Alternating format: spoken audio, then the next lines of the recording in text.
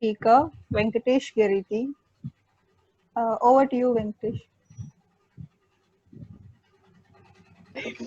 Thank you so much, guys, for actually organizing this event, and also thank you for inviting me. And I wanted to apologize first for not able to actually come on video. I actually stuck on the middle of the road. I couldn't able to do the video call. So my colleague Ravi has actually told various issues involving Right to Information Act, largely focused on practical information and also how Act actually works here in India and what kind of things an applicant should actually do. So I actually try to take you guys an historical necessity for these kind of facts and how much important this act is and how it actually started. So as many of us know, liberal democracy or a participatory democracy has been the biggest innovation in governance since last 300 years. The first functional or a constitutional democracy is actually United States. When they read their constitution, it became a very first a functional constitutional republic, which actually had certain rules how government actually works and also how citizens, what kind of rights citizens have, how much balance there would be to actually improve a quality of power equation between citizen and the government. And and each every democracy or any liberal democracy should actually have a constitution that actually guarantees rights and freedoms of each and every citizens and also constrain government from overwhelming power that can use against citizens. This is the one other thing that democracy do. Democracy actually is all about actually giving power back to people. So creating a channels that where they can actually access very access the information and also where they can actually try to be stakeholders of this participatory democracy. And to do that, people require information. What kind of acts government going to do, and what kind of decision they're doing, and what kind of parameter they actually seeing in this decision making process. And for that, there has been a many laws for multiple centuries that restrain public to access government information.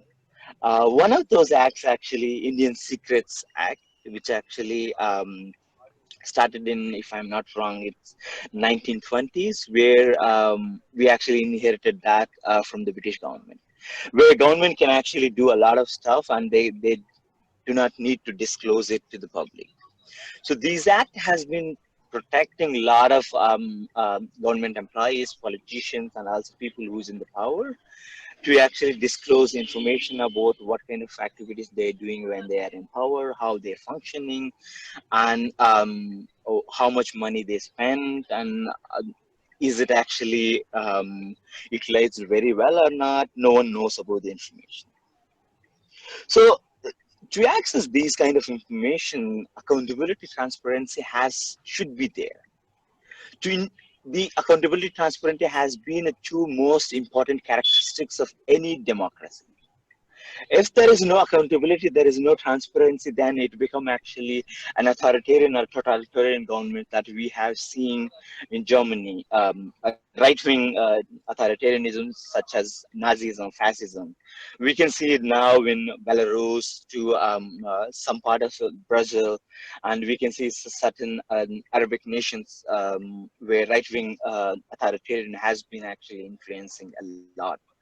And we can see left-wing authoritarianism, such as socialist and communist countries, where they didn't need it to, where they can actually centralize the power. They don't need to disclose any kind of information that how they're actually working on, especially countries like China, Russia, Cuba, North Korea. And to actually fight these kind of centralization of power and also improving accountability and transparency, people have used an institution that can actually enable power balance between citizens and the government states, such as Freedom of Information Act is forefront of these institutions. And also, decentralization has been one of the tools that utilized to actually improve accountability and transparency, and also constitutional values that can guarantee each and every citizen of the political and civil rights. And as we're talking about our information acts, the one of the first freedom of information acts has been actually passed in Europe, in Sweden, I think 1748. One of the earliest countries to adopt Freedom of Information Act that actually become a role model for many developed and developing countries. I think more than 50 countries actually followed Sweden's path and actually passed these Freedom of Information Acts. And Right to Information Act is actually Indian act as a part of international upholding of the UN Declaration in 1948 on Freedom of Information Act is actually one of the fundamental human rights for each and every citizen of the world. And this act actually changes the power equation between citizen and state. How? Most of the times, for until I think 2000s, most of the time, state officials, people who has a power, rather than putting as a state officials, I would like to say, people who has a power, they actually acted as power agents, and they actually try to utilize that power as much as possible for their personal use, and also try to actually mismanage the government. You might actually hear a culture of Maybob. It is actually inherited from the British government, where they actually say, I am actually ruler, you are actually my subordinate, you should actually follow whatever action I am actually saying. And whatever I say, you should actually follow it. But that actually changed. RTA has been a game changer for public to actually access the information and also constrain this overreaching power. That are actually very helpful. And Indian Right to Information Act, or Freedom of Information Act, has been one of the most successful ones among the most of the countries that has these Freedom of Information Acts. We were able to actually expose huge number of scams that not only very big power abuses. Some of them you might already know, like other scam, and also 2G scam has been the biggest one, and also Commonwealth game scams where they misuse the funds to actually benefit their own, and also Indian Red Cross Society scam, and the many scams goes on. But is this the only thing that actually helped these scams to actually expose? Maybe not. But Right to Information Act has been a vital tool to actually expose these things. There has been people, there has been momentums, there has been youth that are actually trying to advocate for corruption-free India. But RTA has given a strong power to these activists, these organizations, these groups that are actually trying to improve the governance. It become a very strong trump card for these activists to actually expose these power abuses. And through this one, it actually gives a strong access for each and every person to actually question authority, to go unchecked. And also it gives public a strong access to actually question elite class that actually created by these political crony business people. Most of the elite actually sees themselves as untouched. Common people cannot actually reach this elite class. But RTA actually proven again and again that no matter what kind of power you have, no matter what level of position you've been actually serving in the state, you can be questioned by a common man. This is a great thing.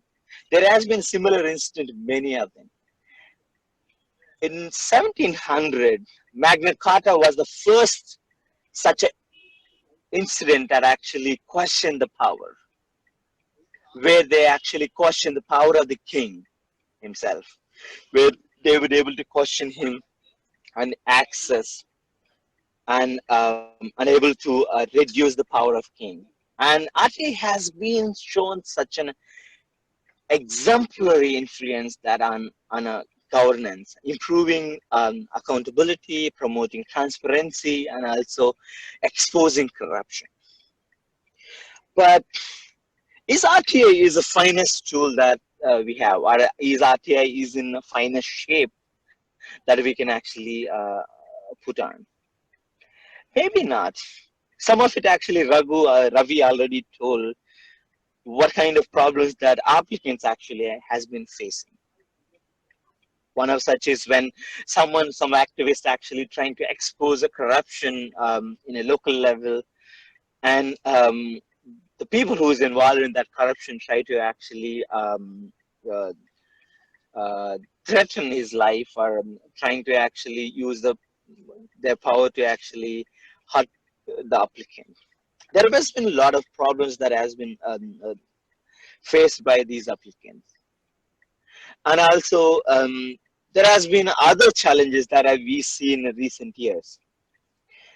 Central government recently trying to amend last year this Right to Information Act, where they actually trying to amend terms and conditions of the Central Information Commission, where these amendments actually received a mixed response, but large number of activists actually skeptical about these amendments. When they changed the terms and conditions of the appointments and also salaries of the information commissions, it actually loses the independence of these information commission. Then they actually has to, depending on the state and central governments, where they might actually lose their independence and sovereignty over these officials. This is one of the challenges that being discussed these days. And also recently there has been a case ongoing on in Supreme Court that actually Supreme Court, one of the hearings that was says the request has to be reasonable. Unfortunately, with all respect to Supreme Court, the fundamental purpose of this act is actually to give every citizens to actually access any information that you wanted to access of the government. This directive of providing this provide this directive of providing reason for why you actually asking this information might actually goes very fundamental nature of this act. That, but a very fortunate and very positive thing about this Supreme Court case is actually they haven't come to any conclusion. Then I hope they actually realize very central part of this Right to Information Act is to provide each and every citizen equal access to actually check or access and utilize these public data to actually provide to take it more effective decisions, especially when it comes to voting process. So I'm a very positive. I always been very optimistic, even though when we are actually starting up the anti-corruption movement, um, we were very optimistic one day. But most of the times, early months or early years, when we actually started working in the anti-corruption movement, most of the times the response from even from the youth has not been a very encouraging. I would say. Most of the times they see this as more political moment, then they don't need it to participate in it. Then there is something happen because most every movement requires small wins in a shorter term. In a longer term, if I say we would able to actually get the Genlock Pulp bill in a longer term. That was our objective for when we actually started anti-corruption movement. But to sustain these youth movement, RTA has been a very vital for us because it gives us a short-term wins where we can actually expose local corruption, local level power abuses, where which is actually easy to do. But to passing a law in a parliament has been a very long journey. But this tool is actually give very strong strength to many youth organizations to keep momentum going. And end of the day, we were able to, as with many organizations, with the help of many organizations, many people coming out when during 2011, 2012 anti-corruption movements, we were able to successfully get the Jan Lokpal bill. But RTI has been a very vital role for many anti-corruption activists. One of the one of the biggest challenge I'm gonna discuss in the last it's about protection of the RTA applicants, which I was actually briefly touched. If we see most of the developed country doesn't have this gundagiri kind of culture most of the times, and also majority of developed countries actually disclose their information publicly and also voluntarily. Most of the times when you need actually a data from the public source, most of the time it's available. But in India, it's not happened. You have to request it, and you actually waited for it, and then you will get if you're lucky after one or two appeals. But along with this culture, there is also certain laws in these developed countries. It's not actually directly related to the Freedom of Information Acts, but these are the models that we might actually need to try. When if you're in a Europe or a US, you would see there is attorney client privilege. If some information you share with your lawyer, and your lawyer has a constitutional right to actually not to disclose any information that happened between you and your client. It's the same work with the doctor and patient privilege. And also there is a other thing called journalistic privileges, where journalist doesn't have to actually expose or mention source of the information that he was writing about. I think we should actually try something where the applicant of the Right to Information Act should be confidential, and also it should become a privilege. A privileged information which should not be shared without consent of the person who is actually involved in that privilege. So if you get, as an RTA applicant, if you get a privilege, then the concerning public information officer should not share any details of your RTA application with anyone outside the office. If he actually shares that one, it become a criminality. It become a violation of the law. That might actually help applicant. At the same time, we should also see a large number of these applications used for the actually political purposes. Most of the time, these well, these applications become target for political reasons. That should also be needed to actually look back and also try to have a discussions, these kind of debates, more with people or activists activist who is actually involving a ground, and I actually bring more solutions how we can actually improve right to information.